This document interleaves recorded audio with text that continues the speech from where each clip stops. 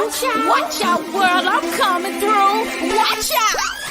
You've experienced life, love, lost, have no fear. Just keep pushing, be strong. Keep the faith until change comes.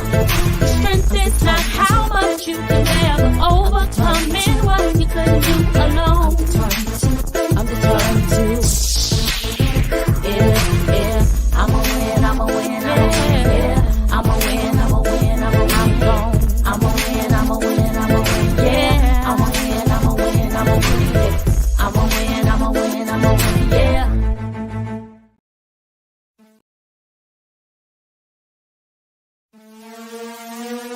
Watch out, world, I'm coming through. Watch out, world, I'm coming through.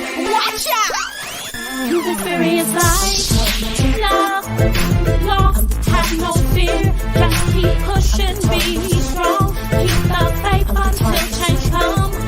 Strength is not how much you can ever overcome and what you couldn't do alone. I'm determined to. Yeah, I'm a win, I'm a win, I'm a win. Yeah, I'm a win, I'm a win, I'm a win. I'm a win, I'm a win, I'm a win. Yeah, I'm a win, I'm a win, I'm a win. I'm a win, I'm a win, I'm a win. Yeah.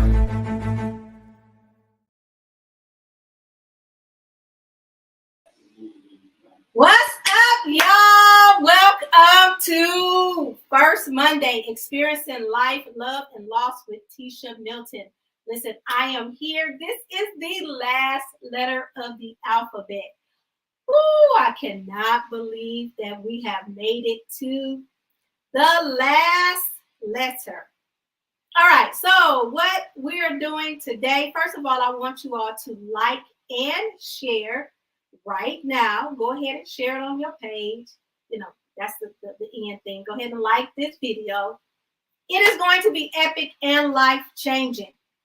So I want you to go ahead, click share. It's just one click. All you got to do is click. If you're on YouTube, go ahead and share it to your page or YouTube page and go ahead and put it on your social media.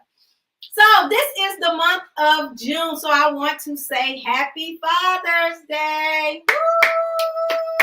Woo!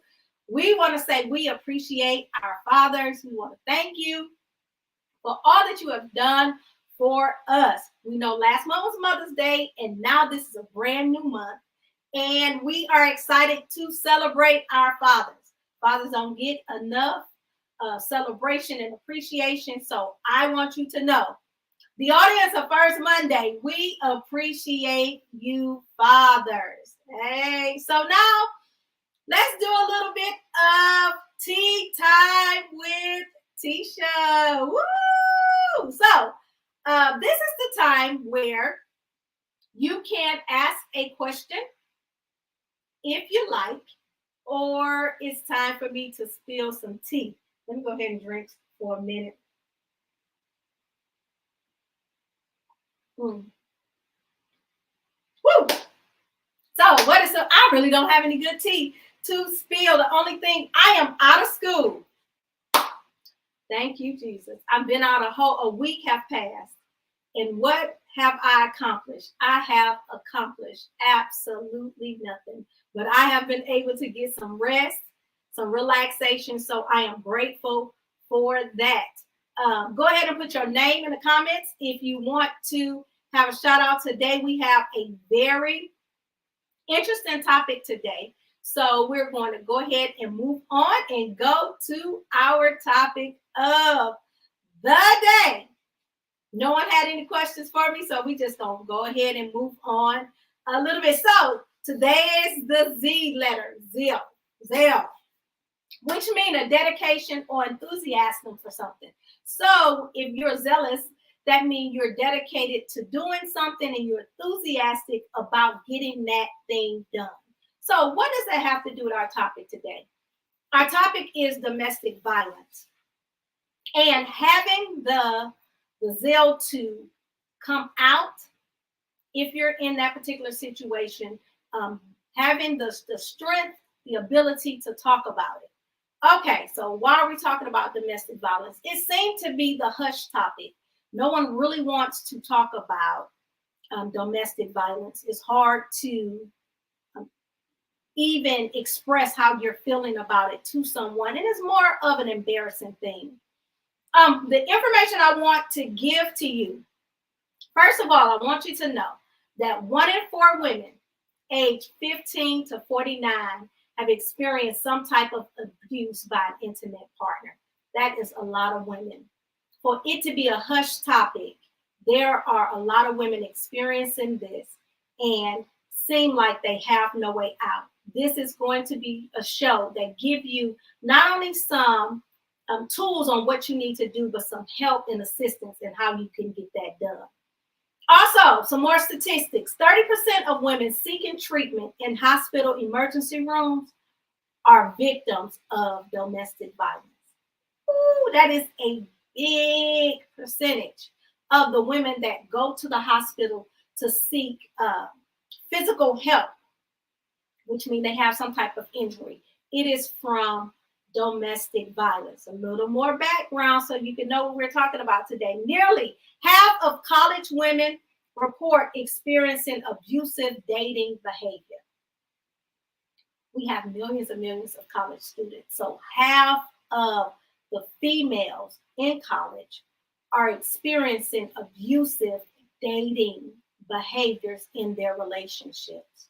That is a hard pill to swallow to even to receive that particular information.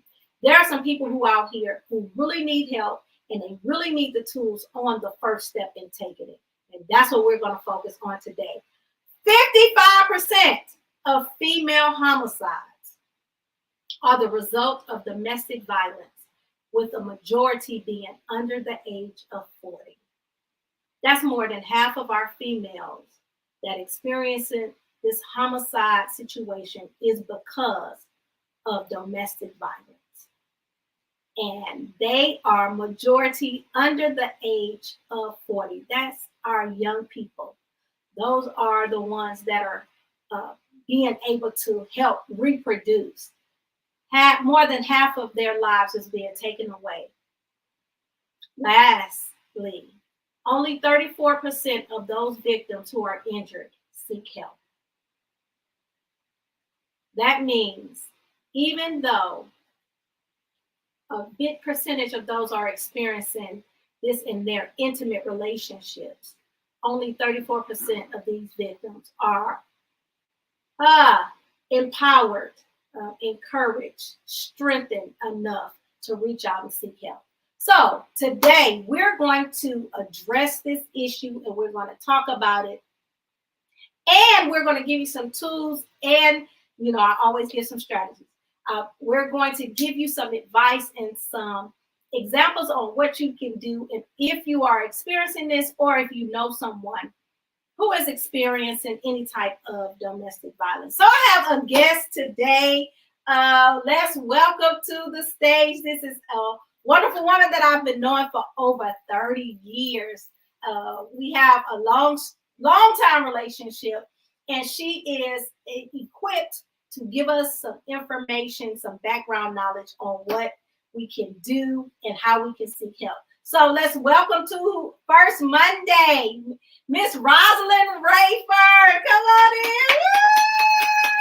Woo! Thank you so much for being here. How are you today? Wonderful. Wonderful. Great. Yeah. Good. You excited? I am excited. Good. It's good to have you here. Thank you so much for agreeing to talk about this hush topic that is really hard for us to even talk about as women, even when we get together. Women like to talk, but still, this is still a subject that don't seem to get discussed as much as it needs to be. So tell the people, let the people know, who is Rosalind Rayford? Tell us about it. Listen, Rosalind Rayford is a little old girl from East Dallas Projects who had a lot of experiences and saw a need to address domestic violence. I grew up with it in my home. I saw it in the community, saw it in my high school, experienced it in college, and it didn't stop. So what I did is I did a independent study in the high schools in South Dallas, and I saw that it was so common the slapping, the cursing, the pushing, the punching, the pulling, the pulling clothes, pulling hair. I saw that it was so common. And what I find is that people want an intimate place to talk about domestic violence. One of the most embarrassing things that we can discuss is being abused because it's taboo. It's a private thing, but a public thing. It's private but public. Right. And I just felt like, wow, these are children who have been impacted by reality TV to believe that this is what love is supposed to look like. Right. So our topic is the ZEAL to be rescued from domestic violence. What is it that we need to be rescued from?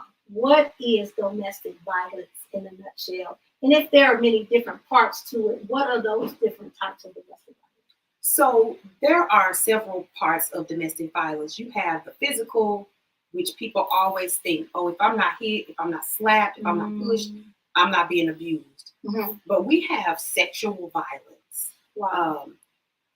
We have financial violence. We have emotional, mental, spiritual. The first thing that I would identify is the isolation when we get into relationships and we all of a sudden want to be pulled away from family and friends. Right. That's a sign that there is control that's about to happen. Mm-hmm. Mm-hmm. It comes in a lot of different forms. Me and Tisha, we going out tonight. Oh, I wanted us to go to the movies. Okay, Tisha. Me and John going to the movies. Mm-hmm. Well, when Tisha go make plans, John call and tell me something came up. He can't take me to the movies. So that becomes a routine. Okay. So I'll be over when I'm done though. So I'm waiting at home, dressed, smelling good, sad because Tisha now gone, I found something else to do. Right. John probably with somebody else, and I'm at home alone, isolated. Wow. And that is a form. And that is a form. That is the first identifier is isolation. Wow. Your friends ain't no good. Your friends are street girls. If they your friends, you must be doing the same thing. But of course, we don't want our guy to think that that's what we're doing. So what's the first thing we do? We start isolating ourselves from our friends because of the opinion of our guy. Right.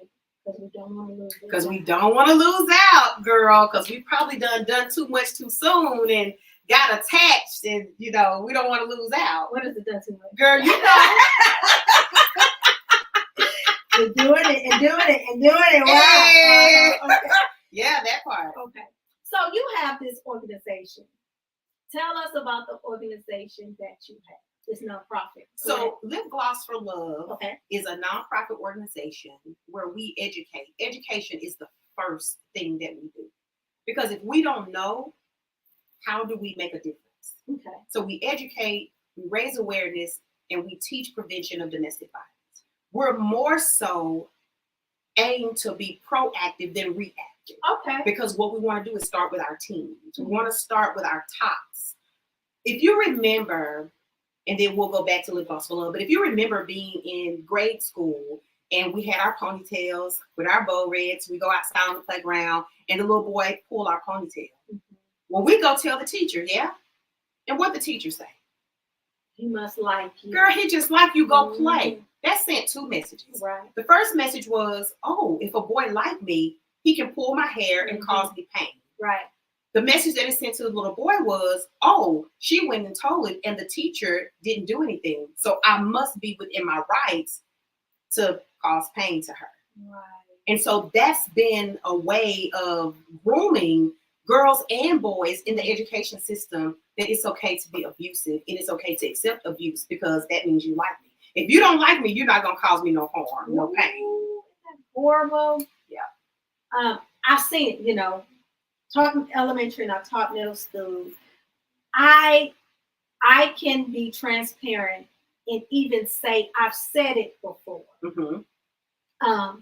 Not knowing the damage that it has done to the female and allowing her to hear another older female say that, oh, he must like you. And but even though I come with some boys are dumb, they do stupid stuff like that, you know, and it's still trying to water down what the guy has done and not even really address.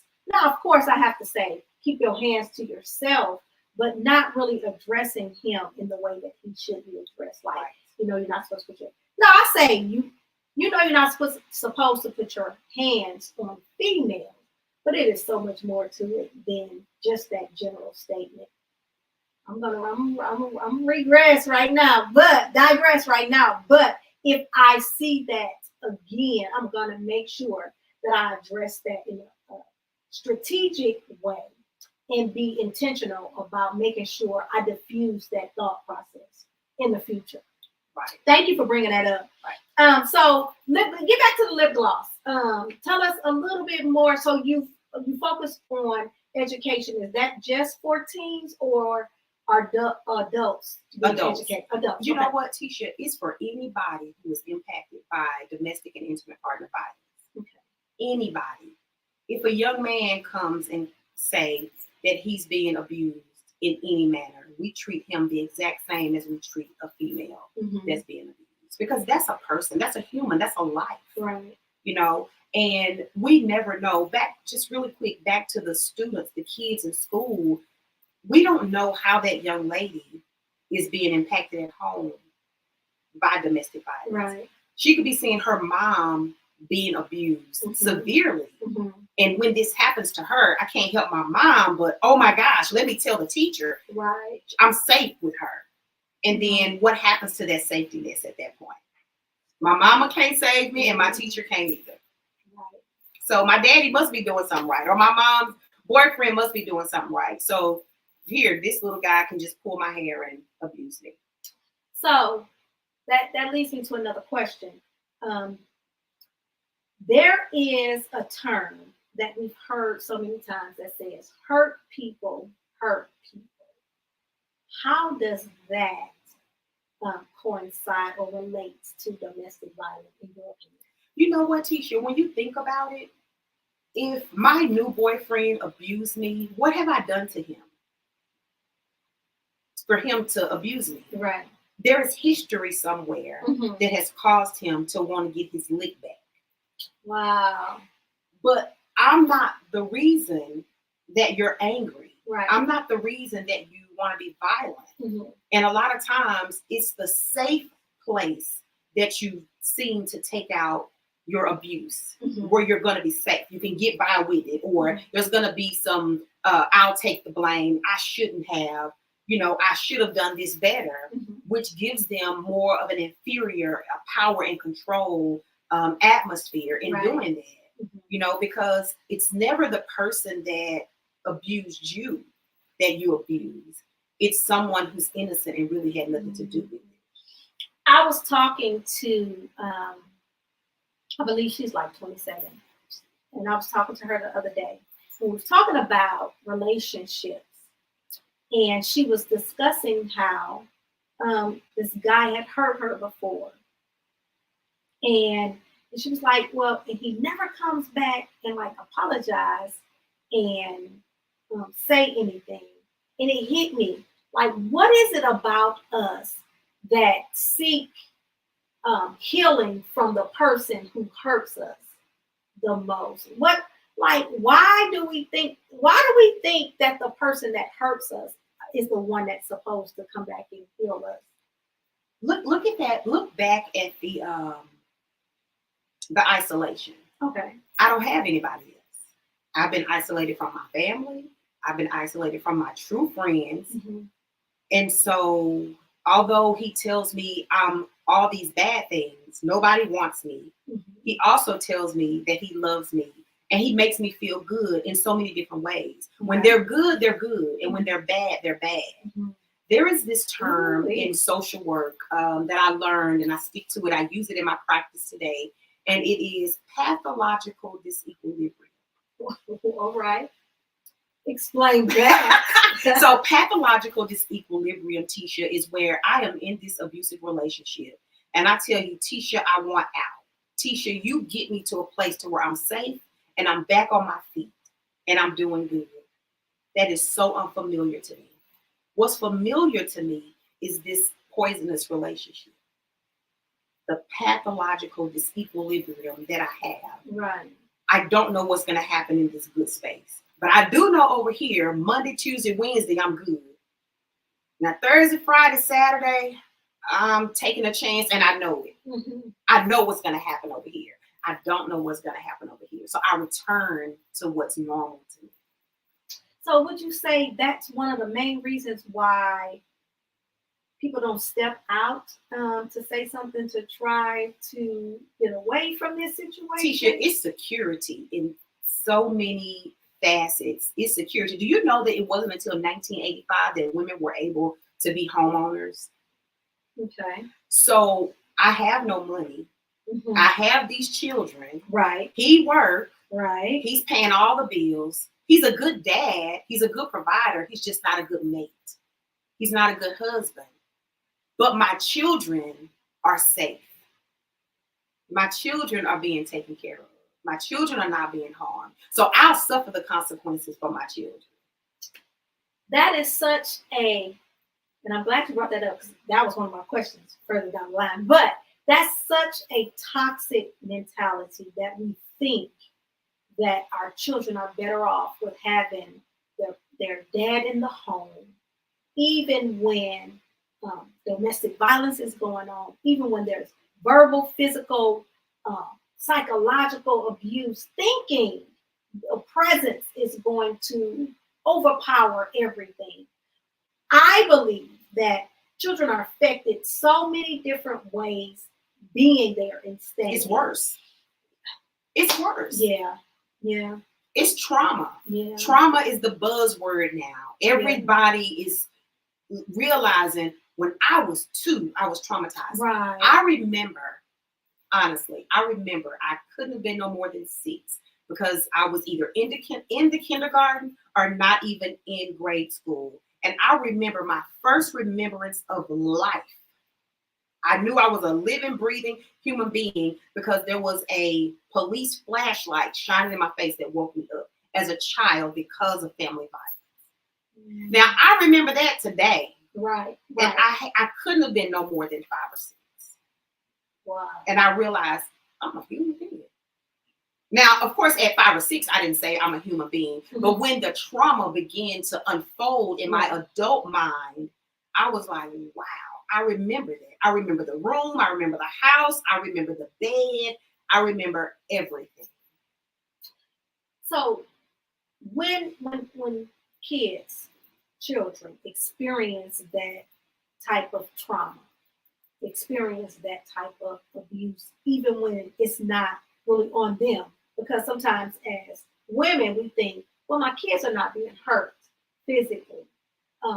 What type of effect will that have on them psychologically in the future? You don't even have to go to the future, Tisha.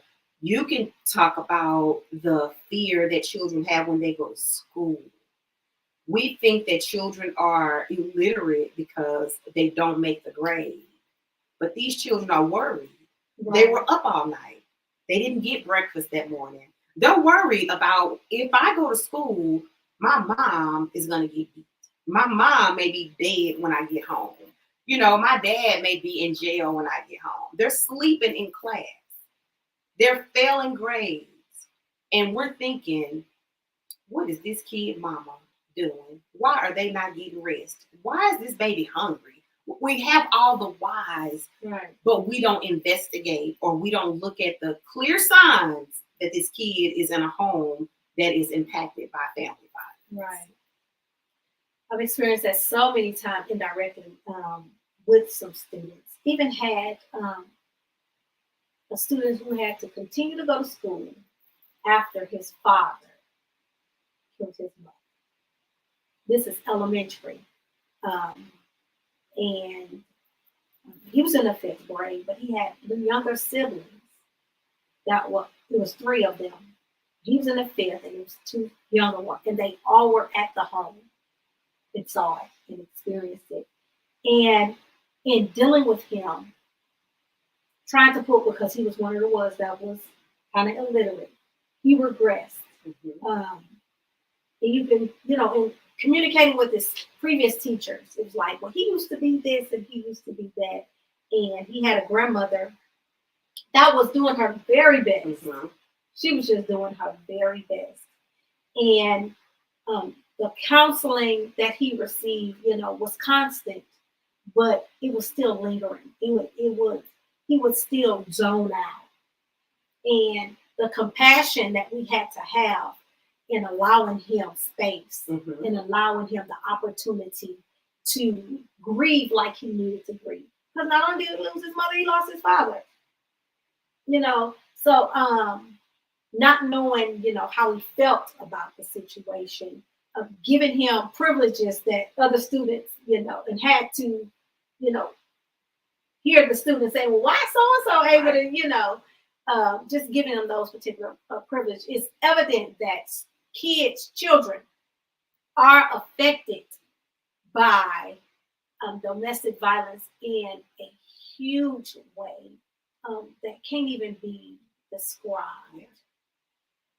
So when it comes to lip gloss for love, what resources do you have for those particular type of situations? So we don't, well, in that case where the child witnessed death, murder, we definitely refer to grief counseling. We don't try to do it all. We are preventative, we can be reactive, we can be proactive, and we want to educate. When it comes to things that are soul deep, we give that to the professionals. And so when families come to us, we can help them with resources and referrals. Like that grandmother, she needed so many resources. And that's where we come along. So I beg of teachers to have their own resource data. Like, who can I call? Who can I call as a teacher? Yes, we got the counselors. Yes, we have the therapists. Yes, we have the organizations that come into the school. But how can I get this grandmother some help? Because she lost something too, whether it was the daughter or the son. She needs grief assistance as well. That's right. And with Lip Gloss for Love, the anger that happens. I'm a certified anger management and domestic violence specialist through the National Association of Anger Management. And Tisha, this is just real. Anger is real. There are some good things about anger. You get to know, hey, I'm angry. Let me kind of adjust this. But people are angry to the point, Tisha, to where there's no return. And there needs to be some kind of outlet. We have to be very careful how we treat people. With these kids, they're angry. They're angry for reasons that they can't even verbalize. You as a teacher, you can't give that attention because you got to start tests. You got to make sure they know their ABCs. They can spell their names. They can, put the belt on right. They're in uniform. There are so many things that you guys deal with when there are social service agencies that can take a little bit of that pressure off, even if it's to come and have lunch with these children. To sit in a corner with them and allow them to cry and watch them draw or listen to them just talk and record it. There's so many therapeutic things that can happen that could help. So, so let me tell you to the audience, you can go ahead and type in your questions. If you have any questions, I will allow our guest today. So I did not say she tried to, she downplays who she was, but this is the doctor. Almost. This is the doctor. She's in training right now. So when will you? Oh gosh, I'm looking at prayerfully, y'all. Pray with me. I'm looking at the end of 2024, the beginning of 2025 to defend. Wow. Yeah. You need me to help you? I do. I do. Don't ask me. Don't be asking me, do you need my help? Call me if you need me. Girl, I got you. And then when I call, you be like, well, do this, that easy. If it was easy, girl, I wouldn't have called you. Right. So, yeah. I help you out. I can help you defend some things. I'm going to go back and forth with you. You'll be like, she needs some help, right? Be like, write that down. Research it. Give me some in-text citation on that. So our guest is very equipped, very educated in the field. We went to college together. So I was in the social science field. with her. We took some classes together and everything, but I had to venture off into a whole nother area, which I was called to. And this is her particular area. In lieu of the video that we saw that went viral last month, right? We've seen this video of domestic violence. And I have been in many different conversations. That's the word I want to use. Many different conversations concerning the video that we see. We all know the video of the celebrity and what was done in the hotel hallway. I've listened to some people say, why did she stay? Why didn't she leave? In my own thought process, I believe you don't know until you know. You don't know what you would do until you're in that particular situation. I thank the Lord that I've never been in a physical abusive, intimate relationship with anyone. Has been verbal, which is another form of the domestic violence. I have been in verbal, but if you have not, I mean, it's easy to say when it's not you. It's so easy to say. So what is your take on someone saying, like, why didn't they leave? Or based on your experience, what is the reason, like, what's up with that particular thing? Why they stay or why won't they leave? A lot of times, Tisha, fear, let me say, fear keeps us where we are. Right. We can be paralyzed to the point to where we can't go left, we can't go right. I personally was in a physically abusive relationship in college. Now then I felt like, because I fought back, I'm good. I fought back. You know, it is what it is. Yeah. And you know, just the stigma of being a single parent and being a baby mama still ended up being a baby mama. So I could have left and still had the same tags. Right. Because it just is what it is. Right. But to tell someone to just leave, just is not that easy. Right. There is emotional attachment. There is psychological attachment. There is fear. There is reliability. There's responsibility. There are so many factors when we can stand on the outside and say, why don't you just leave? Our brain says, why don't I just leave?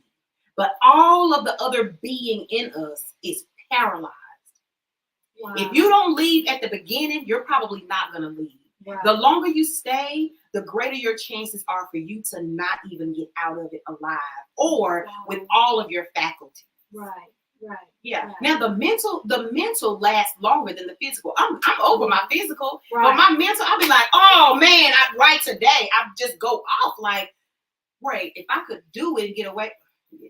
But that part. So you see how I went back, because the mental, it does not go away. From the day it happens to the day you die, you will always remember it. Forgiveness, yes, I've forgiven. Forget, no.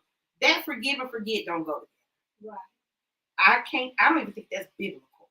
Forgiveness, yes, but your brain is equipped to remember, to keep you from doing the same thing that you've done before. So if you've never been in it, please don't tell people to just leave, or even ask, why don't you just leave? Right. You may get an answer that's the truth, and you may get an answer that's a bald-faced lie. Because remember, it's embarrassing. You already know that I'm being abused. Right. And you ask me, why don't I just leave? It's just not that easy. Like, for real. I don't know how much more simpler to say it's not just that easy to. So if someone was in this particular situation and they have a desire to leave, what are some steps that they could possibly go through in order to get to that point where they're able to? Tisha, you have to have a made up mind. Okay. You call Lip Gloss for Love, and you have a made up mind, you out of there. It's like, okay, walk out right now and just keep going. Wow. Let me know when you get to this place. Let me know when you get to that place. If you say, oh, I got to get my purse, I got to get my TV, I got to get all my stuff, okay, you're not ready. Wow. But if you tell, okay, where do I need, tell me what, go left or right.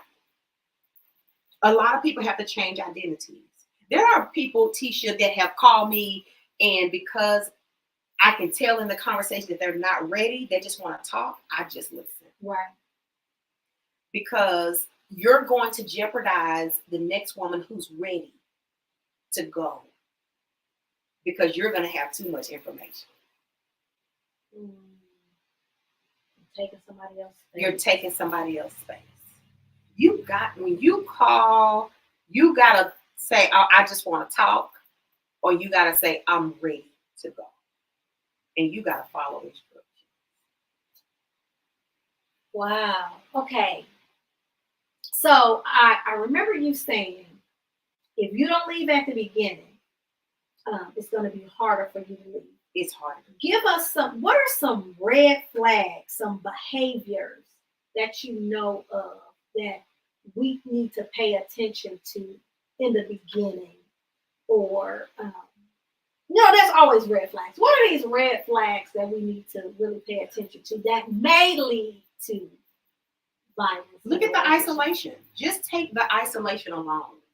Name calling, the pushing, the squeezing. What's that about? The checking the phone. Who you talking to? Let me see your Facebook page. They're cute. They're pet things that are cute, but they lead to greater situations. Wow. Why are you talking to him? Why are you talking to her? Those things. Those are red flags. Mm-hmm. And they're serious. That's serious stuff. Mm-hmm. In the beginning, it's like, oh, I'm just talking to Tisha. Okay, Tisha hunger. I need to somehow get in between that relationship. Right. And then start talking about what Tisha ain't good for you. Tisha is this, Tisha is that. And let me tell you something. Don't tell your dude about your girlfriend in pillow talk. Right. Don't let your dude know, and I'm giving up secrets, but I'm telling you, don't let him know everywhere your girlfriends live. You give up all your safe spaces. You give him all the information about your homegirls. And then what he do? He throw it back up in your face, and he accuse you of everything she's doing. And then now you're being belittled. Right. Which is a trap. Mm-hmm. It's a whole trap. Right. Because I don't want to look like that girl to my man. So I got to stop hanging around her. But that's my friend. That's been my ride or die since day one. Mm-hmm. But because I've talked too much, right. He knows too much, he's spewing that back to me. And now I'm feeling bad about my own friend because I done gave all her information up. Right. Wow. So I've seen or indirectly experienced through other people the guilt trip that is put to manipulate, that gets the mind, that really takes the mind. And even if all her homegirls tell her, all the family members tell her, she really can't see it because he has really guilt tripped and manipulated her mind into thinking this particular way. How can we get released, detoxed, delivered from that? That I know that takes some deliverance. And you know what? With all the experience and education that I have, Tisha, I don't have that. I know. Because it's different strokes for different folks. Mm-hmm. For real. You have some women that are A1 strong, and you have some of us that are just not. Right. And it's not to shine a negative light. It's just life. That is like so real. Mm-hmm. Because some women are not going to go for it because they've seen the outcome. Some women are just green to it. Right. Some women rather be abused than to be alone. Better have a piece of man than no man at all. Right. Yes, I know it's a chance on Fridays. I might get, pushed around, but Saturday, Sunday, Monday, Tuesday, Wednesday, Thursday, I'm safe. Wow. So I have experienced, just a transparent moment, I have experienced some the verbal abuse, right? So I have been told a whole lot of times, oh, you're so strong, you're so strong. So the verbal abuse that I received was to really degrade me. You got all these people fooled, you ain't nothing, you so evil, da da da da. So I too, just like you, like, wait a minute, these just words, girl. You ought to say words.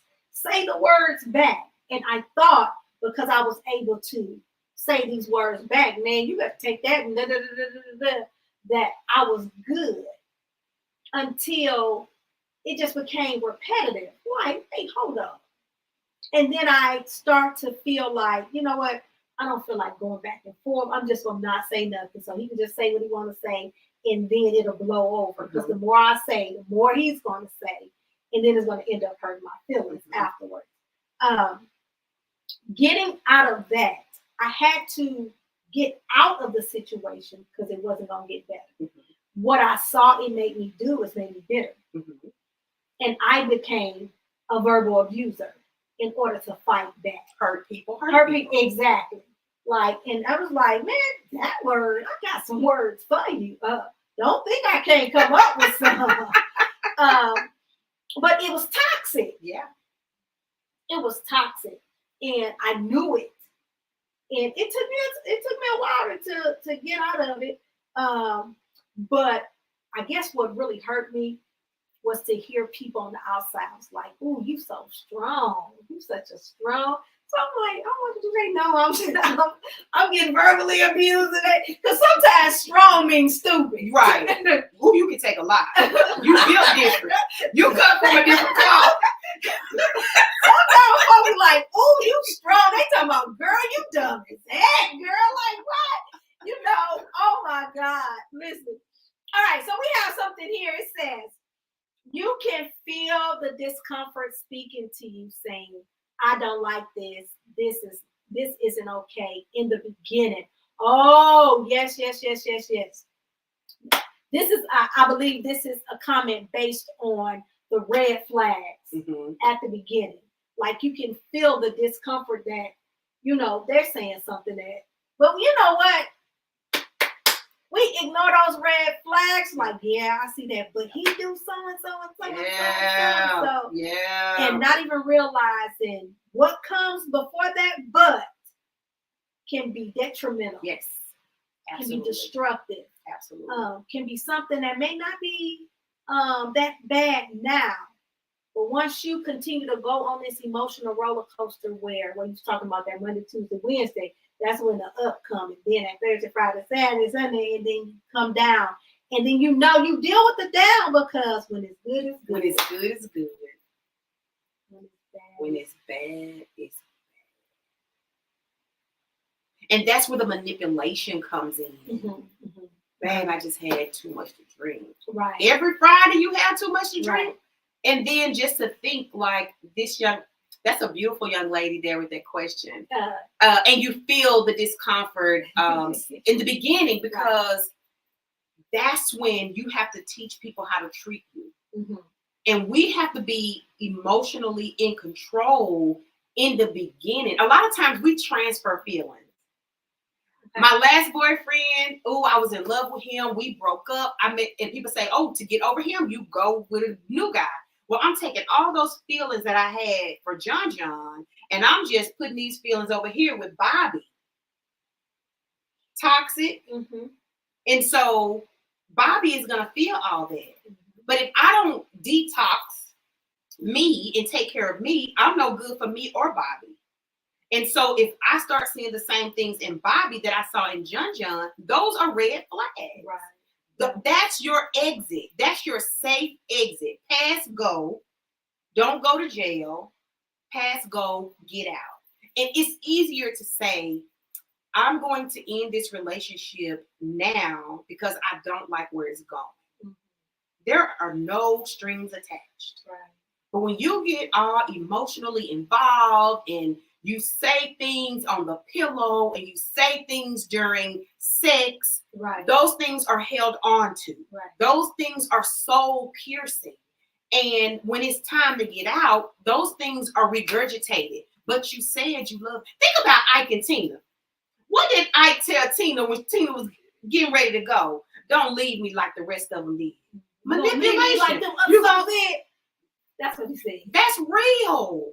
That's real. If we don't learn nothing, we gotta learn. Ike was a great teacher. Yeah.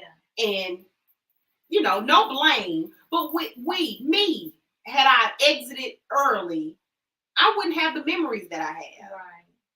It's a lot of good I wouldn't have, but it's a whole lot of bad that I wouldn't have. It's a lot of thoughts I wouldn't have. Be like, ooh, if I could just put on a mask and get away with that. Don't do it. I'm just saying. Don't do it, Miss Seeley. Sophia home. Sophia home. Oh my goodness. All right.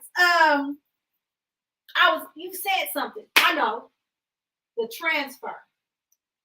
That's because love is a spirit. Mm-hmm. And spirits transfer. It does not matter who the person is. That spirit of love can transfer from one. That's how you can get out of one relationship and you so far deep into a relationship with this new person. Mm-hmm. Like, why do I feel so much feelings towards him? Right. Because that love, that spirit has just, because you didn't kill it. You didn't kill it. And now it's just transferring from one person to the next. And you're giving him something or her something that don't even belong to them. You loving me out of somebody else's emotion. Yeah. Yeah. No, you don't love me. You love your ex. Because we ain't been together long enough for love to even manifest. Wow. Yeah. Right. So, and thinking about this, I'm thinking about our voice. Sometimes when you're in an abusive relationship, your voice is taken away. Mm-hmm. And our voice is so powerful. We can actually speak a thing into existence. What made me think about this? Remember in college? Oh. There was a person. I don't know if you knew this situation though. But there was a situation where there was a female who said she was pregnant. And her body started changing. She started eating differently. And everybody thought she was pregnant. But she was not. Did not have the baby. But because she said it, she believed it. Everyone else caught on to it. You remember that? Mm-mm. You know that? I was probably in my toxic situation. It was during that time. So, but what I want to say about that situation is our voice, when we speak, we can tell our body to feel a certain way, to think a certain thing. So the manipulation that an abuser can have on a victim can snatch the voice out. That can speak reason, that can speak the actuality of what is happening, because really you're living in a fairy tale world based on the words that come out of their mouth. So have you experienced someone, a nonverbal person who not able to even explain what happened because their voice has really been taken away? Tell us about that experience. Listen. You can connect with spirit. Okay. A person can tell a story without telling a story. Okay. You can write it. I can't say it, but I can write it. Right. Okay. And that's another way to get it out, to get help. Mm-hmm. If I say it, it hurts me more to say it than writing it. Mm-hmm. If I write it and you read it, I'm okay. But if I have to tell you, I'm living this all over again.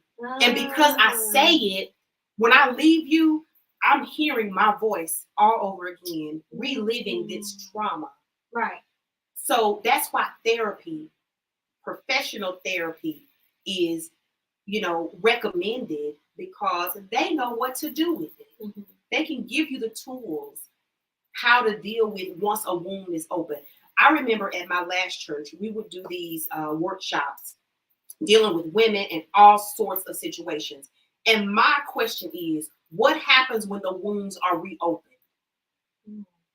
Once we reopen those wounds, what do we do as a church? Wow.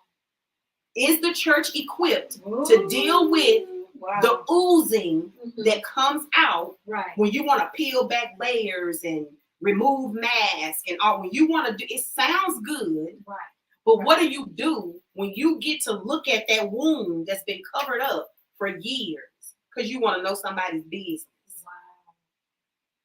Speaking here, girl. What do you do with it?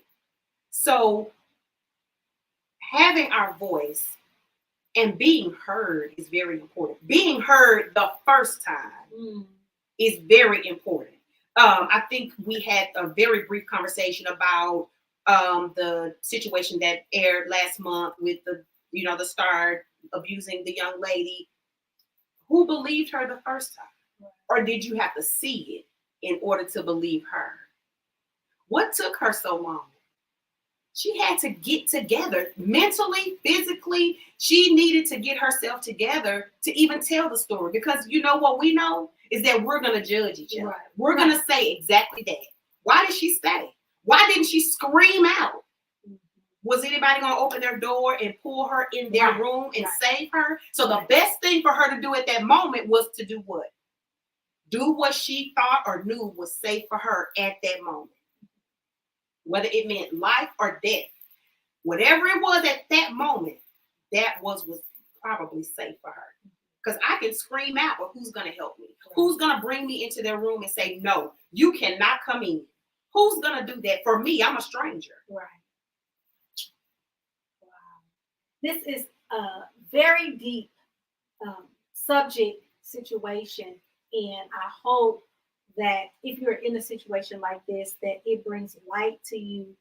It gives you courage. It helps you open your eyes on what life really is for you. Not just to open a wound, but to seek some assistance. I want to flip this because, my mind flips. We always talk about the victim or survivor. We never address the abuser. There are never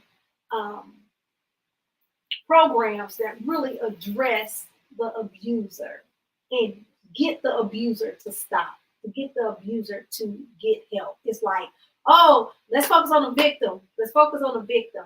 What can we say? What can we do to these abusers to say, stop doing it and go get you some help? So there are programs. They're called BIP. Batterer Intervention and Prevention Program. I work with women who are abusers. Okay. We are abusive. We can be very abusive, physically, verbally, all the things. We as women can be as well. There is an organization, the Family Place here in Dallas, that has a shelter for men who have been abused. It's real. Now, men are less likely to come forward because, of course, the obvious. But there are men who cry out for help. Right. Yeah. So there are many programs that are available to the male victim. However, the abuser, there are BIP programs for the abusers, and that's male and female. And to get that help, asking the why do you stay? Why do you abuse? Right. That's how I keep control. That's how I run my household. That's how I keep people in order. Well, I want to thank you. We haven't had many questions, but I know, listen, every time I have a serious topic, they're very quiet. The audience is very quiet. And that's not a bad thing because they're receiving the information. They're taking it in. Absolutely. They're trying to process. I know that we all know someone who either has been or is being physically abused, verbally abused. And you mentioned that spiritual abuse. I don't even want to open that can right here. I don't even want to open that, but I can see the manipulation that can come from that have you spiritually abused. We don't want to talk about that right now. But how can we get in touch with you? Lipglossforlove.org. Lip gloss for FOR. It's like a swap out. Lipglossforlove.org. Go to the contact page, Fill out very short. I want it to be user friendly, very short. It's your name, your email address. Send us a message. Make sure we can get in touch with you, and we will reach out to you to answer any questions. We at Lip Gloss for Love don't appear to have all the answers. We don't. Okay. But what we do is we will get you in the right direction. Definitely. That's the most important thing. If you can't help me, get me to somebody that can be resourceful. Yes. So I want to thank you so much, Dr. Roslyn. The doctor's in the house. You have worked so hard. I mean, indirectly seeing you go through it and go for it. You know, we started from the bottom, now we at the top. But just watching you go through your different steps. And I am so proud of you. I am so proud of you. Keep doing what you're doing. Keep doing the work of the Lord. This is your, you say it's an organization, but this is your ministry. It is true ministry. Just to help people. It is important that we do not sit on our information. We don't sit on our experience. We overcome by the blood of the Lamb and the word of our testimony. If you have been in a situation and you see someone in the same thing that you have been through, go ahead and share your life. Be transparent and try to do something to help that particular person. I hope you all have enjoyed the show today. I received so much good information that I can use and that I can be a resource. And point someone in the right direction to lipglossforlove.com.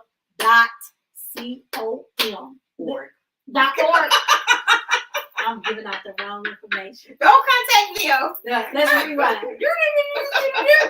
lipglossforlove.org. Thank you so much for coming to be a part of First Monday Experiencing Life, Love, and Loss. Y'all, this is it. This is the letter Z. We're going to be on a different platform doing something different for the month of July as we continue to encourage people, to enlighten people based on our experience. Okay, so we are grateful for everyone who have come out and listened. This is what I want you all to do, because perhaps this was not your topic. It does not resonate with you. This did not hit home for you. But you don't know what somebody in your friend list, on your friend list, is going through. Or you don't know what type of resource they can be to share what you have shared to help somebody else. Did you all see the statistics? The statistics said, let me go back to it. And while you're searching for that, Tisha, there is 1 in 10 females, high school, who are abused by their intimate partners. 1 in 10. And so just think of us with daughters, us with sons, and we put 10 children in a room.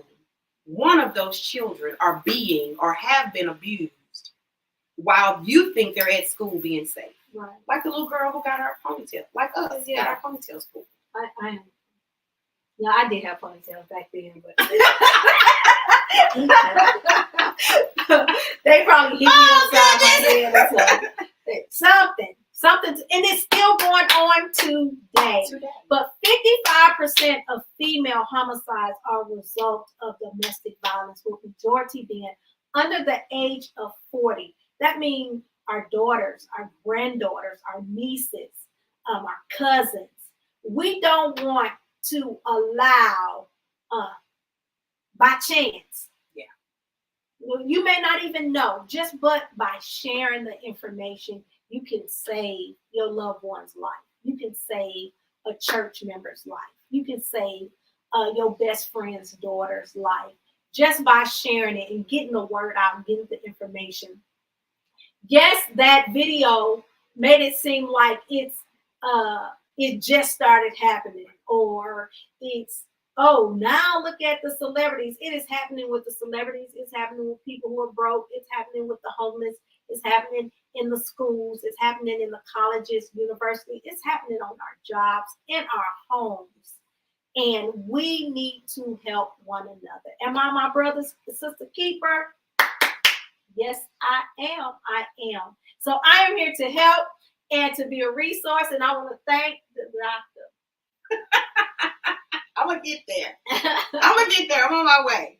You say by the end of this year, By the end of this year, girl. But let me tell you, I ain't the researcher. I don't know what listen. God is good. That's all I'm gonna say. all the time. That's all I'm gonna say. He does all things well. I heard from a friend. God does all things well, and if He called me to it, He'll get me through. That's And it. that's just where I am. You're not gonna preach up in here, First Lady. No. I'm not gonna do that. But yeah, you letting all your hats come out today. Yes, she is a first lady as well. But I thank you so much for coming on. And thank you all for being a part of First Monday. I know it was a topic that was hard. It's a hard pill to swallow, but we made it through. And hopefully we can save someone's life. So I want to say thank you. Don't forget to hit that share button. And I'll see you all on next. Oh, we're going to still hit this First Monday. It's just going to be a little bit different. We're going higher and higher and higher. So you all, thank you. And I love you all so much. And I'll see you all next time. Bye-bye. Watch out, world, I'm coming through. Watch out, world, I'm coming through. Watch out. You've experienced life.